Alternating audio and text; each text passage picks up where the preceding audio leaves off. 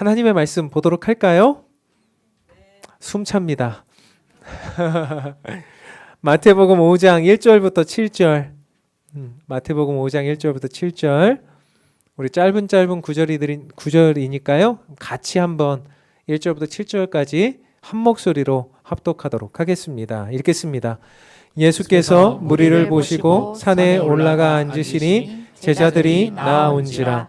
입을 열어 가르쳐 이르시되 심령이 가난한 자는 복이 있나니 천국이 그들의 것이며 애통하는 자는 복이 있나니 그들이 위로를 받을 것이며 온유한 자는 복이 있나니 그들이 땅을 기업으로 받을 것이며 의에 줄이고 목마른 자는 복이 있나니 그들이 배부를 것이며 긍휼히 여기는 자는 복이 있나니 그들이 긍휼히 여김을 받을 것이며. 아멘. 우리는 계속해서 산상수훈이라고 하는 아주 중요한 예수님의 말씀을 보고 있고, 그 가운데서도 가장 중요하다라고 여겨지는 팔복에 관한 이야기를 보고 있습니다. 여러분, 오늘은 우리가 의에 줄이고 목마른 자, 그리고 긍휼히 여기는 자에 대해서 배워볼 것입니다. 아마 우리가 이제까지 생각해왔던 것과 조금은 다른 개념이 있을 수 있고, 또 해석은 각자일 수 있겠지만, 우리에게 주시는 하나님의 말씀이 합당하고 또 여러분의 마음을 울린다면 그 말씀을 살아내 보시는 여러분 되시기를 주님의 이름으로 축원합니다. 여러분 잘 아시는 총균쇠라는 책을 보면요, 그 책에 아주 인류문학적인 여러 가지 이야기들이 많이 등장합니다. 그래서 그 책에서 이제 질문을 던지는 게 이런 거예요. 유라시아 대륙이나 뭐 우리가 지금 생각할 때 미국 이제 대륙이라든지 이런 대륙들, 그 대륙과 아프리카 대륙이나 뭐 이런 대륙과 무슨 차이가 있느냐라는 지점이에요. 그런 질문을 던져놓고서는 이야기합니다. 왜 이쪽에 있는 사람들은 잘 살고 문명화되었고 또 이쪽에 있는 사람들은 그래 못 살고 어려워졌느냐. 근데 사실 그들의 능력의 차이인가 아니면 그들의 어떤 기본적인 어떤 그런 내용의 차이인가, 그들의 노력의 차이인가, 애씀의 차이인가, 뭐 그런 여러 가지 이야기들을 할 수 있겠지만 오늘 이 저자는 이런 이야기를 하는 겁니다. 그런 잘 사는 나라들, 또 그렇게 좀 충만하게 뭐 제국을 만들고 여러 가지 했던 그런 나라들이 어떻게 하면 잘 살게 되었는가라는 것을 분석해 보았더니 정말 많은 요소, 그 요인 중에 지리적인 요인을 빼놓을 수가 없더라는 겁니다. 그래서 대륙이 길게 생겼는지 세로로 길게 생겼는지에 따라서도 달라지고요. 또 그 안에 여러 가지 어떤 작물들이 생산되어지는지, 가축을 키울 수 있는 기후인지 아닌지, 그리고 심지어는 석유가 나는지 안 나는지, 그런 모든 요소들이 그들의 잘 살고 못 삶, 그리고 그들이 문명화되고 그렇지 않음을 결정하게 되었다는 겁니다. 여러분 한번 생각해 보십시오. 이처럼 불공평한 일이 어디 있습니까? 사실 우리가 아시아에 대한민국에 태어나고 싶어서 태어난 거 아니잖아요. 우리가 우리 부모님 밑에서 태어나고 싶어서 태어난 거 아니잖아요. 근데 때로는 어떤 사람들은 부잣집에서 태어나고 어떤 사람들은 가난한 집에서 태어나고 어떤 사람들은 건강하지 못한 몸을 가지고 태어나고 어떤 사람은 강한 몸을 가지고 태어나고. 그래서요, 마이클 샌델이라는 사람이 공정하다는 착각이라는 책에서요 이렇게 이야기했습니다. 제가 한두 번 소개해드린 적이 있는데, 이 사람이 하버드대 교수거든요. 이 하버드대의 입시를 좀 바꾸고 싶다. 자기한테 권한을 준다면 자기는 한 1.5배수, 2배수 되는 그저 일정 수준 이상의 친구들을 뽑아서 그들 중에 어떤 친구들을 합격시킬 것인가를 생각해 볼 때 더 어려운 시험을 봐서 이들을 합격시키는 게 아니라 제비뽑기 해야 된다, 이렇게 말했어요. 제비뽑기. 그래서 운으로 합격시키자, 이렇게 말했습니다. 놀라운 이야기 아닙니까? 왜 그래요? 마이클 샌델은 이미 알고 있는 겁니다. 그들의 환경, 자라왔던 역사, 히스토리, 그 모든 상황 속에서 공정할 수 없다는 거예요. 모든 것이 다 공정할 수가 없고, 그래서 일정 수준 이상이 되는 친구들에게 그들의 인생과 그 모든 것들을 존중하는 의미에서 운으로 뽑자. 우리가 이 세상을 살아갈 때 공정이라고 하는, 공평이라고 하는 가치가 어떤 절대적인 가치여야 된다고 생각하는 사람들이 있습니다. 공정이 의라고 생각하는 세상의 모습이 있습니다. 그래서 우리들이 사실 태어나면서부터 불공정한 인생을 시작하고요. 사실 우리의 선택이나 노력이나 전혀 상관없이 주어진 조건 자체가 불합리하고 불공평한 것처럼 보이는 이 세상을 살아가기 때문에 사실 그것은 온전한 공평과 공정은 이루어질 수 없음에도 불구하고 이 세상은 그것을 끊임없이 추구하더라는 겁니다. 그렇기 때문에 수많은 사람들이 어때요? 이 세상은 너무 불공평해. 이 세상은 너무 힘들어. 그래서 어떻게 해요? 그런 사람들이 주장하는 게 뭡니까? 과연 진짜 의가 무엇이냐? 진짜 공평이 무엇이냐?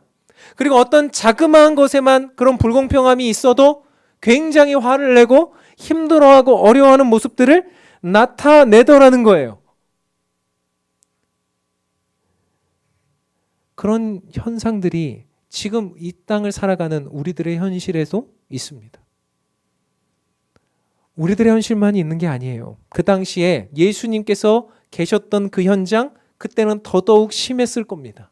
그리고 그 예수님이 계신 그곳에도 수많은 사람들이 몰려 있었던 그 산상수훈의 현장에도 아마 그런 의를 추구하는 사람들이 그 자리에 있었을 거예요. 그 안에서 세상의 불합리함과 세상의 불공평을 탓하면서 진짜 의가 무엇입니까? 선생님이신 예수님께서 한번 대답해 보십시오라고 생각하면서 그 자리에 질문을 안고 온 사람들도 있었을 것입니다. 그런 사람들을 뭐라고 표현하는 거예요? 의에 추리고 목마른 사람이다 라고 표현하는 거예요. 그들 가운데는 유대교적인 생각을 가지고 있는 사람들도 있었을 것입니다. 종교적인 신념을 잘 지켜내고 내가 최선을 다해서 하나님을 섬기면 내 공로로 말미암아 내 종교심으로 말미암아 구원을 얻을 수 있겠지. 내가 이렇게 이 율법 경전을 열심히 외워서 최선을 다해서 이것을 내가 통달하면 뭔가 모르게 하나님의 구원이 나에게 임하겠지라고 생각해서 그 자리에 온 사람들도 있었을 것입니다. 그런데 그들의 마음속에 뭐가 채워지는 거예요? 하나의 기쁨이 없는 거죠. 감사도 없고 기쁨도 없고 하나님이 나를 구원하셨다라고 하는 확신도 없는 그런 상태. 그러면 그럴수록 그들의 목마름과 배고픔은 더 심해져 가는 상태로 그 자리에 온 사람들이 있었습니다. 의에 대한 목마름, 의에 대한 굶주림이 가득 차 있었던 사람들이 그 자리에 모여 있습니다. 사랑하는 성도 여러분, 여러분은 어떻습니까? 우리는 어떻습니까? 많은 분들이 특히 교회 다니시는 분들이 어때요? 조금 의롭기를 원해요. 그리고 의에 대해서 자주 생각합니다. 그러다 보니까 이것이 나쁜 것이라고 우리가 보지 않습니다. 제가 부정적으로 계속 얘기하니까 이것이 나쁘다 이렇게 생각하지 마시고 이것이 나쁜 게 아닌데 우리가 자꾸 그런 의로움, 공평함, 어떠한 내용들 생각하다 보니까 어떻습니까? 그것에 너무 함몰되고 매몰되는 일들이 있더라는 거예요. 그래서 작은 일들에도 예민해져요. 그래서 작은 일에도 자꾸만 그 일들이 서운하게 느껴집니다. 자꾸만 내 안에서 그 의가 솟아오르는데 세상은 어떻다고요? 세상은 그렇게 공평하지 않아요. 세상은 나에게 그렇게 친화적이지 않아요. 그러다 보니까 어때요? 화가 나죠. 어떤 때는 그런 걸 가지고 너무나 힘이 들고 어려워서 아파하기도 하고 힘들어하기도 하고 어려워하기도 하는 우리들의 모습을 보게 된다는 겁니다. 그런 모습을 안고 우리가 예수님께 나아온 거예요. 예수님, 이 세상에 진짜 의가 무엇입니까? 이 세상에 진짜 공평이 무엇입니까? 우리가 아무리 학문적으로 어떤 이야기를 한다고 해도 주님, 저에게 말씀해 주실 예수님의 절대적인 의는 무엇입니까? 라고 묻고 싶은 성도님들이 이 자리에도 계실 거라는 말이에요. 그때 예수님이 뭐라고 말씀하십니까? 너희 의에 줄이고 목마른 자는 복이 있나니 그들이 배부를 것이며. 그렇게 의에 줄이고 목말라서 예수님 앞에 왔거든요. 그렇게 해서 예수님이 어떤 대답을 주실 것이라고 생각하면서 그 자리에 왔거든요. 그런데 예수님이 뭐라고 그러세요? 더 열심히 해봐라. 네가 하고 있는 일 잘하는 거다. 그래, 최선을 다해봐라. 네 노력이 부족한 거다. 네 애씀이 부족한 거다. 아니면 네가 원래 그렇게 태어난 게 잘못한 거다. 이렇게 말씀하지 않으시고 뭐라고 말씀하셨습니까? 의에 줄이고 목마른 너희여, 복이 있다. 너도 복이 있다. 예수님, 그게 무슨 말씀이십니까? 제가 너무나 힘들어서 왔는데 저에게 복이 있다니요. 세상 사람들은 저에게 그런 복을 주지 않았는데 예수님 무슨 말씀이십니까? 제가 무슨 복이 있습니까? 그러시면서 예수님이 말씀하실 때 너희의 복은 무엇인가 하면 배부르게 될 것이다. 네가 의에 배고프고 목마르고 그렇게 줄이고 헐벗었던 너의 모습이 배부르게 될 것이다. 부자가 될 것이다. 말씀하고 계시는 거예요. 그 부자는 어떤 부자입니까? 의의 부자인 거죠. 사랑하는 성도 여러분, 세상의 것으로는 우리의 의를 만족시킬 수가 없습니다. 우리가 갈증이 날 때 바닷물을 퍼먹으면 더 갈증이 나게 돼요. 우리가 의를 추구하면서 자꾸 세상에 있는 의를 우리 안에 자꾸 집어넣으면 우리들의 있는 의로움은 채워지지 않을 뿐만 아니라 더더욱 갈증이 나고 더더욱 힘들고, 그래서 세상을 향해서 분노와 엄청난 그런 광기를 가지게 될 수밖에 없는 게 우리들의 인생입니다. 더더욱 그쪽 방향으로 가면 안 됩니다. 더더욱 세상으로 가면 안 됩니다. 어떻게 해야 됩니까? 예수님께 나와야 됩니다. 내가 의에 줄이고 목말랐다면, 내가 그처럼 의에 관심이 많고 내가 그처럼 하나님의 뜻에 관심이 많다면, 내가 무엇이 공평한 것인가에 대한 관심이 많다면 누구에게 와야 돼요? 판단하지 말고, 정죄하지 말고, 다른 것들에 대해서 속상해하지 말고 누구에게 와야 됩니까? 예수님께 와야 돼요. 구약성경 이사야서 55장 1절 2절에 보니까 예수님께 온 자들은 이렇게 된다고 예언하고 있더라고요. 제가 한번 읽어볼게요. 오호라 너희 모든 목마른 자들아 물로 나아오라. 돈 없는 자도 오라. 너희는 와서 사 먹되 돈 없이 값 없이 와서 포도주와 젖을 사라. 너희가 어찌하여 양식이 아닌 것을 위하여 은을 달아주며 배부르게 하지 못할 것을 위하여 수고하느냐? 내게 듣고 들을지어다. 그리하면 너희가 좋은 것을 먹을 것이며 너희 자신들이 기름진 것으로 즐거움을 얻으리라. 이사야 선지자가 지금 뭐라고 말하고 있어요? 목마른 자도 와라, 돈 없는 자도 와라. 그러면서 먹어라. 사서 먹되 돈 없이 값 없이 먹어라. 이게 세상적으로 말하면 하나도 안 공평한 거잖아요. 그렇잖아요? 돈을 500원짜리를 500원 주고 먹어야지 공평하지. 지금 여기서 그냥 와서 먹어라 이러면 뭐 어떤 사람들은 그런 주장하지 않겠습니까? 도덕적 해이가 일어날 수 있습니다. 그렇게 하면 안 됩니다. 이렇게 말할 수도 있지 않겠어요? 근데 예수님 뭐라 그러세요? 아니야, 그냥 와서 먹어. 그냥 와서 먹어. 그러면서 2절에 뭐라고 말씀하십니까? 너희가 어찌하여 양식이 아닌 것을 위하여 은을 달아주며. 세상에 나가서 우리는 끊임없이 돈을 내고 하나님 앞에서 양식이 아닌 것을 사 먹는다는 거예요. 의로움을 추구한다는 거예요. 그렇게 하지 마라. 더 배고프게 될 것이다. 그러니 나에게 와서 좋은 것을 먹으며 기름진 것으로 즐거움을 얻어라. 예수님의 의로 우리의 마음을 채워야 된다는 거예요. 예수님의 의로움만이 세상의 의로움이라는 거예요. 예수님의 의로움으로만이 내 마음과 심령을 채울 수 있다는 거예요. 세상적인 것 채울 수 없습니다. 세상의 사회가, 세상의 정치가, 세상의 경제가, 세상의 어떠함이, 아니면 나의 자녀가, 아니면 내가 하고 있는 성공이, 아니면 세상의 돈이, 아니면 어떤 교회 생활이 그런 나의 의로움을 채워줄 수 없습니다. 돈 없는 것 부끄러운 거 아니고, 나의 열정이 부족한 거 부끄러운 거 아니고, 주님 앞에 나오라고 하세요. 주님이 와서 먹으라, 마시라. 내가 값없이 너희들에게 주리라. 그러면서 예수님이 요한복음 7장 37절 38절에 이렇게 말씀하셨어요. 같이 한번 읽어보죠. 읽겠습니다. 시작. 명절 끝날 곧 큰 날에 예수께서 서서 외쳐 이르시되 누구든지 목마르거든 내게로 와서 마시라. 나를 믿는 자는 성경의 이름과 같이 그 배에서 생수의 강물이 흘러나오리라. 예수님, 나에게 오라. 나에게 와서 마시라. 그러면 너희들의 배에서도 생수의 강물이 흘러 넘치리라 말씀하고 계세요. 여러분, 우리가 이제 누구에게 나아가야 됩니까? 세상에 나아가지 마세요. 그리고 세상에 자꾸 그런 거 옳고 그름 자꾸 따지지 마세요. 주님 앞에 나와서 물으세요. 주님 앞에 나와서 먹고자 하세요. 마시고자 하세요. 그러면 내가 세상에서 목말랐던 줄였던 나의 마음들이 채워지고 새로워질 것입니다.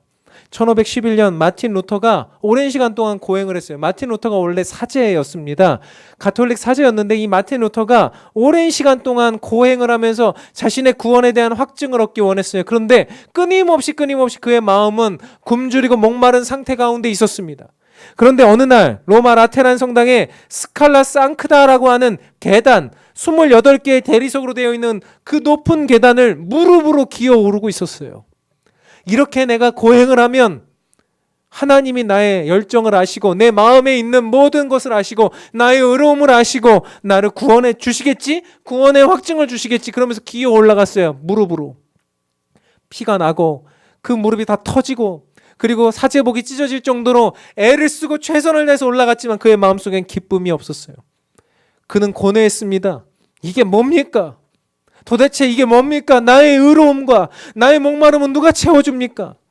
그때 마틴 루터가 글을 읽고 있었는데 로마서 1장을 읽고 있었습니다. 로마서 1장 17절 이 말씀을 보고 루터가 변하게 돼요. 함께 같이 읽겠습니다.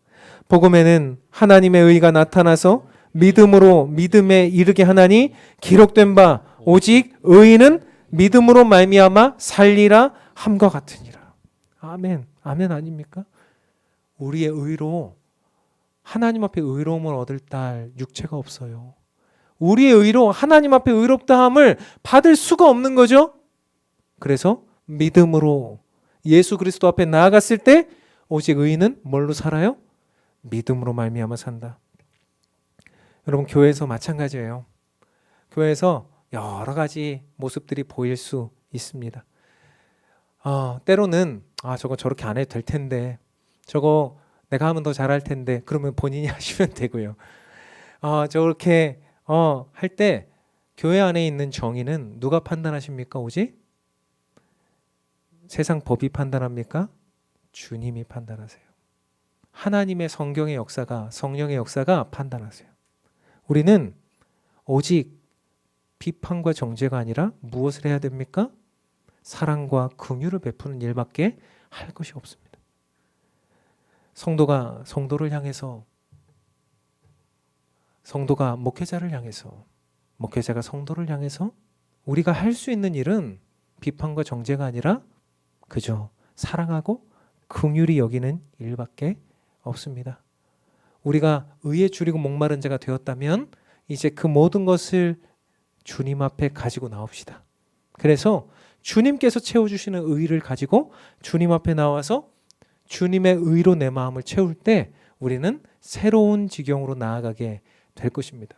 그런데 그 바로 다음에 나오는 우리가 새로운 지경으로 나아가야 될 그 다음 이야기가 뭐예요?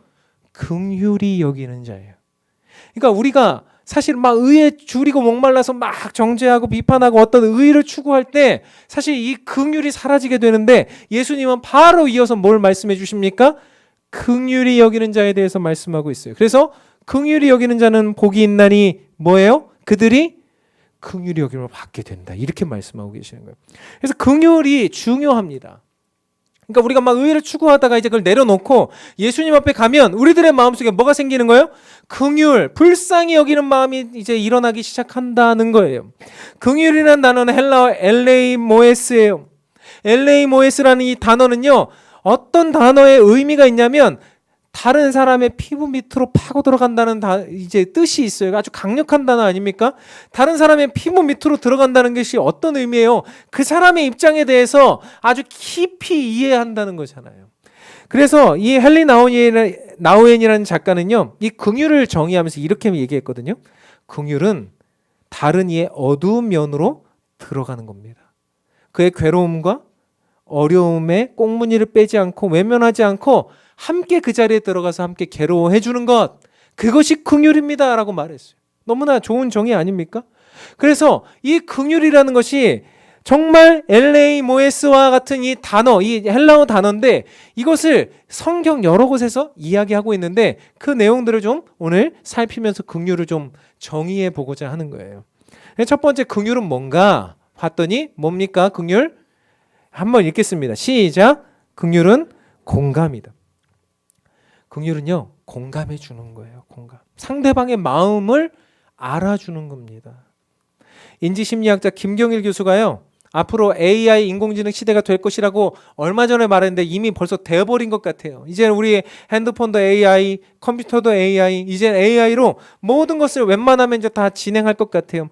심지어는요, AI가 이제 너무나 많은 일들을 하기 때문에 이제 뭐 인간이 이제 뭐 일자리도 잃어버리고 이럴 것이다, 이런 이제 이야기를 하잖아요. 근데 김경일 교수가 말할 때 AI하고 인간의 가장 큰 차이가 뭘까요? 이렇게 물어봤어요. 여러분 뭐라고 생각하십니까? 답이 나와 있잖아요. 뭘까요?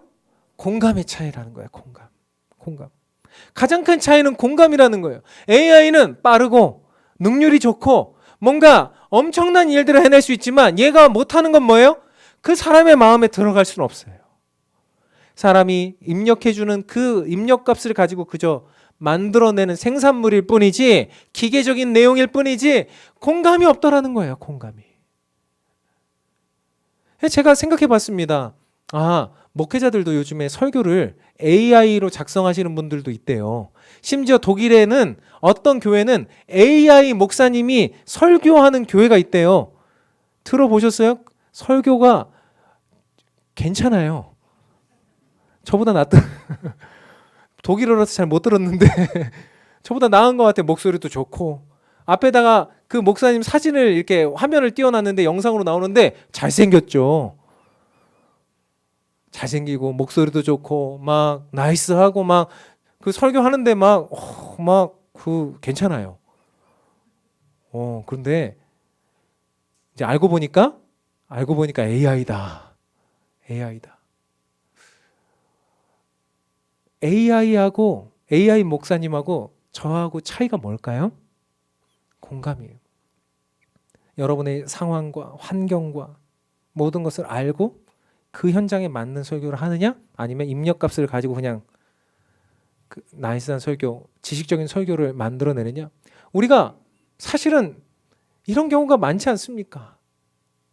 저도 그런 경우를 굉장히 경계합니다. 제가 여러분의 상황에 관심이 없고 제가 그저 뭐 상관없이 그냥 저는 여기서 이렇게 마치 여기 없는 유리벽을 저는 있는 거라고 생각하고 그저 뭔 얘기를 하든지 말든지 상관없이 저는 그저 난 하고 간다 하고 여기서 제가 이야기를 하고 혼자 하고 싶은 말 다 하고 내려가고 하면 여러분 어떻겠어요? 공감이 안 되잖아요. 서로 소통이 안 되잖아요. 그러면 여러분도 알고 저도 알죠. 느낌이 쎄하다, 이 느낌을 알죠. 여러분 우리가 공감하지 않을 때 AI와 다를 바가 무엇이겠습니까? 우리가 긍휼히 여기지 않을 때 과연 우리의 신앙생활이 기계적으로 되는 것과 무엇이 다르겠습니까? 예수님은 누가복음 19장 41절에서 예루살렘을 보시며 우셨다고 그래요. 얼마나 마음이 아프셨으면 우셨을까? 마가복음 6장 34절은 큰 무리를 보시고 그들이 목자 없는 양같이 유리함을 보고 불쌍히 여기셨다고 그래요. 여기서 불쌍히 여기시다는 창자가 끊어지는 고통을 느끼셨다라고 말하는 거죠. 얼마나 고통스러우셨으면 그런 긍휼의 마음이 없는 거죠. 이게 비단 우리들 정말 우리가 이 세상을 살아가면서 공감하고 긍휼히 여겨줄 수 있어야 되지 않겠습니까? 특별히 교역자들, 목사들, 또 목사들은 성도들을, 또 순장님들, 여러분의 순장님들 서로 공감하고 긍휼히 여겨주는 그런 공동체가 되어야 되지 않겠습니까? 우리가 긍휼히 여기지 않으면 기계적인 거예요. 기계적인 것은 차갑고 기계적인 것은 의미가 없어요. 하나님 안에서 우리가 긍휼히 여긴다는 것을 너무나 중요하게 여기시면서 그것의 첫 번째 단계는 공감이라, 그것을 기억하시기 바랍니다. 두 번째, 긍휼은 무엇인가 하면 한번 보여주시죠. 긍휼은 뭔가요? 판단 중지. 이 판단 중지라는 말을 제가 성경에서 소개해드렸습니다. 에포케라는 단어인데요. 판단 중지. 성경 안에서도 이 상대방을 이렇게 애써서 판단하려고 하는 것보다는 판단을 중지하고 보라는 거예요. 우리가 사람을 볼 때 여러분 몇 분 만에 사람 한 사람을 스캔할 수 있을 것 같으세요? 30초. 네. 웬만하면 30초면 다 끝난답니다. 한 사람에 대해서 그 사람의 이미지, 저 사람의 성격이 어떨 것 같다, 뭐 저 사람의 심지어 우리가 뭐 소위 말하는 관상, 뭐 이런 모든 것들이 딱 보면 30초 만에, 사실은 30초도 안 걸리는 것 같아요. 딱 판단하고 그러고 선입견 갖고 딱 들어가는 거예요. 이 판단 중지의 가장 큰 열매는 선입견입니다. 그러니까 우리가 딱 그렇게 되는 거죠. 여러분도 오늘 제가 맨날 설교할 때 말씀드리잖아요. 제가 그래서 앞에 설교 1분이 제일 중요하다고 말씀드리는데, 설교할 때 여러분들이 이 설교 들을까 말까, 여러분의 마음속에 받아들일까 말까 몇 분 안에 결정한다고요? 딱 1분 만에 결정한대요. 여러분 학교 가서 수업 들을 때 우리 친구들 이 수업 들을까 말까 몇 분 만에 결정해요? 안 결정해. 1분 만에 결정한다는 거예요. 선생님이 와서 딱 뭐 앞에서 칠판에서 탁 쓸 때, 아유 이거 안 들어야겠다, 이건 들어야겠다. 그것도 잘하는 것도 선생님의 그거지만 어찌됐든 우리 모두가 그렇게 판단에 너무나 익숙한 사람들이라는 겁니다. 교회도 마찬가지죠. 교회 들어오면 1시간 만에 다 판단합니다. 아, 이 교회는 이거 이렇고 저건 저렇고, 뭐 찬양은 이렇고, 뭐 목사 설교는 별로고, 뭐 나는 뭐 여기 뭐 주차가 불편하고, 1시간 안에 다 판단합니다. 우리 교회 속속들이 다 알게 되는 거죠. 그런데 그 안에는 뭐가 없어요? 깊이가 없죠. 히스토리가 없잖아요. 우리가 사람을 봐서 그의 히스토리를 알 수 있습니까?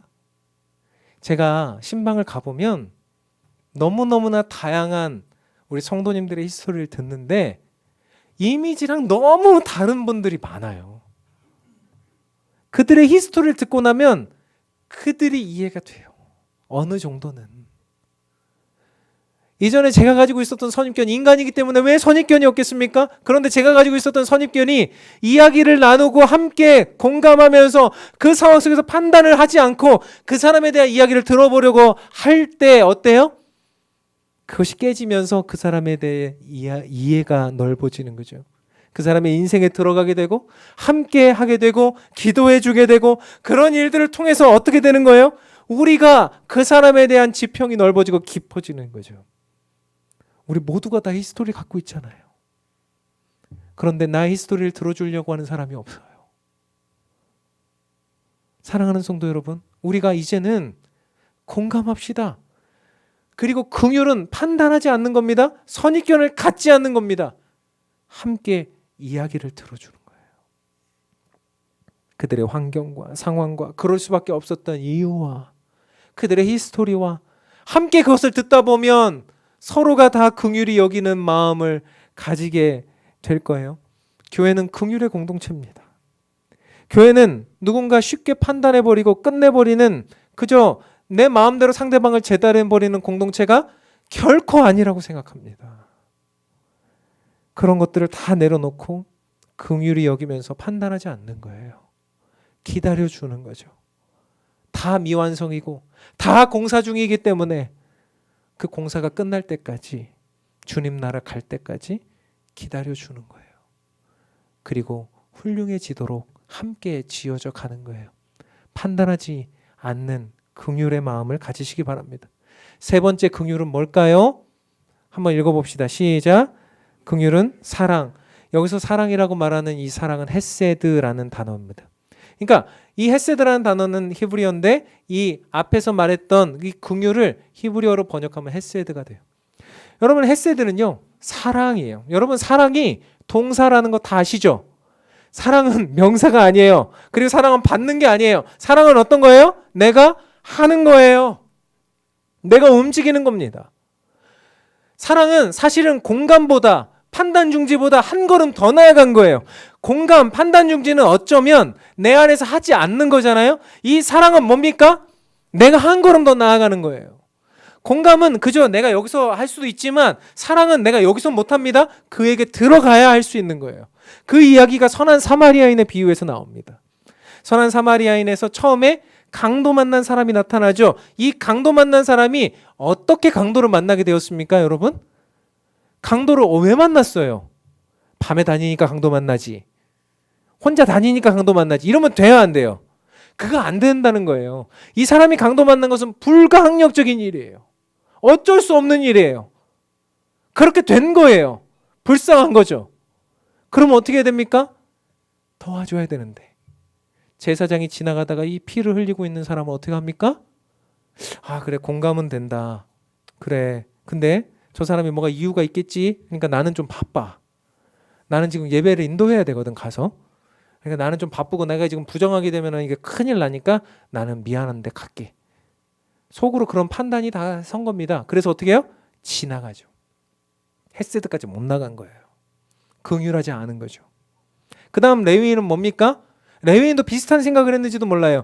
난 예배를 인도해야 되는 건 아니지만 내가 지금 보니까 저 사람이 뭔가 저렇게 뭔가 좀 싸움을 하다가 저렇게 됐을 수도 있고 뭔가 지금 그런 문제가 있을 수도 있겠다. 그러니 내가 뭐 도와줄 필요는 없겠지 하면서 레위인은 또 지나간 거죠. 판단을 해버린 거죠. 헤세드까지 못 나간 겁니다. 그런데 사마리아인이라고 하는 사람, 그 당시에 이방인이었고 누구도 주목하지 않고 자기도 긍휼을 받지 못했던 그런 사람이었는데 이 사람이 어떻게 합니까?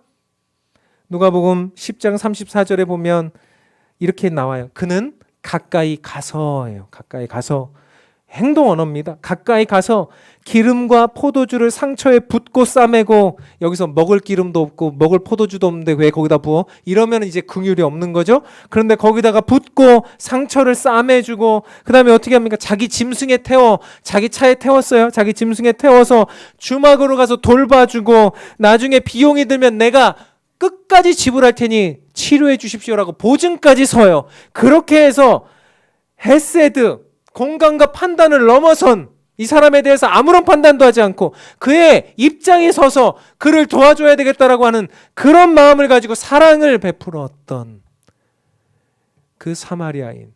예수님이 진짜 이웃이 누구라고 말씀하십니까? 이 긍휼과 자비를 베푼 자가, 이 헤세드를 베푼 자가 진짜 이웃이다 말씀하시잖아요. 주님이 우리에게 지금도 묻고 계시는 거예요. 너희들 교회 다니고 나 예수님을 믿는다고 말하잖아. 예수를 믿는다고 말하잖아. 그런데 너희들은 그러면 이웃이 되고 있니? 너희들 긍휼을 베풀고 있니? 라고 사랑에 대해서 우리에게 묻고 계시는 거예요. 사랑하는 성도 여러분, 우리는 어떤 성도이며 우리는 어떤 교회입니까?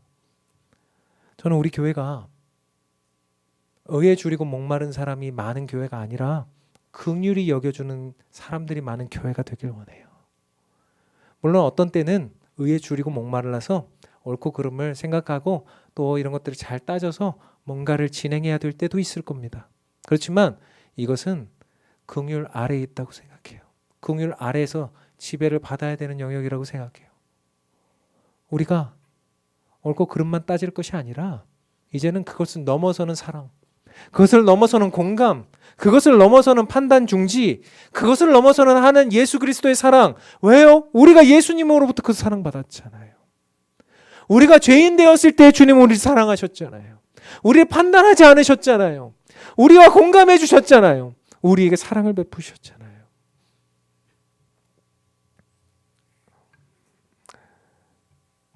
말씀을 정리하면서 앞에서 목회자는 약한 사람입니다. 제가 약해요. 약해 보이죠? 비실비실해 보이죠?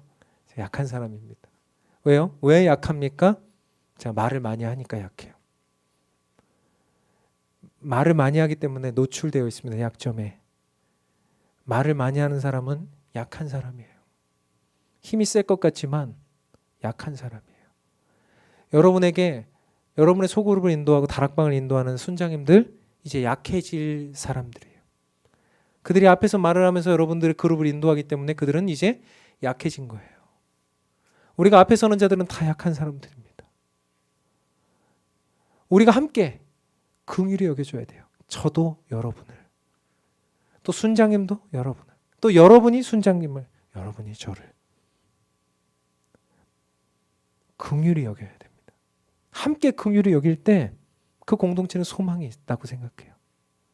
차갑고 냉랭한 공동체 말고 정말 따뜻하고 서로가 긍휼히 여기고 공감하고 판단하지 않고 사랑하는 공동체 말이죠. 어떤 영화의 대사에 놀랍게도 이런 대사가 있더라고요. 옳음과 친절함 중에 하나를 선택해야 된다면 무조건 친절함을 택해라. 여러분, 제가 불친절하면 얼마나 속상하시겠어요, 그렇죠? 아닌가 보네요. 이제부터 좀 좀 친절하게 서로 대하고. 그래서요, 우리가 친절한 사람들이 되세요. 친절함이나 불친절함, 무례함이요, 지독한 전염성이 있다고 합니다. 한 사람이 친절하고 두 사람이 친절하면 그 친절함은 온 공동체의 전염이 되지만 한 사람이 무례하고 두 사람이 무례하면 전체가 다 무례하게 되는 엄청난 지독한 전염성이 있다고 그래요. 우리 모두가 이제는 의에 줄이고 목마른 것을 뛰어넘어서 이제는 예수님께 나아가 예수님의 의로 우리의 마음을 채우고 긍휼히 여기는 사람이 됩시다. 우리가 긍휼을 받은 것처럼 그렇게 세상에 있는 우리의 가정에 있는 그리고 우리가 속해 있는 공동체에 있는 또 교회에 있는 우리의 모든 이들을 긍휼히 여기면서 예수님처럼 그렇게 한 주간 승리하시는 저와 여러분 되기를 주님의 이름으로 축원합니다. 같이 찬양하겠습니다. 오늘 이 찬양 마음이 상한 자를이라는 찬양은요, 주님 의에 줄이고 목이 마르기 때문에 내 의로 채우려고 하지 않고 성령의 기름을 부어 주시옵소서. 믿음으로 그 일을 하겠습니다. 세상이 흔들리고 세상이 끊임없이 그렇게 나아가지만 저는 믿음만 가지고 나아가겠습니다. 그래서 내 마음을 채우고 정말 긍휼함으로 나아가게 하옵소서. 우리가 이 시간 이 찬양하면서 함께 주님 앞에 우리의 고백을 드리기 원합니다.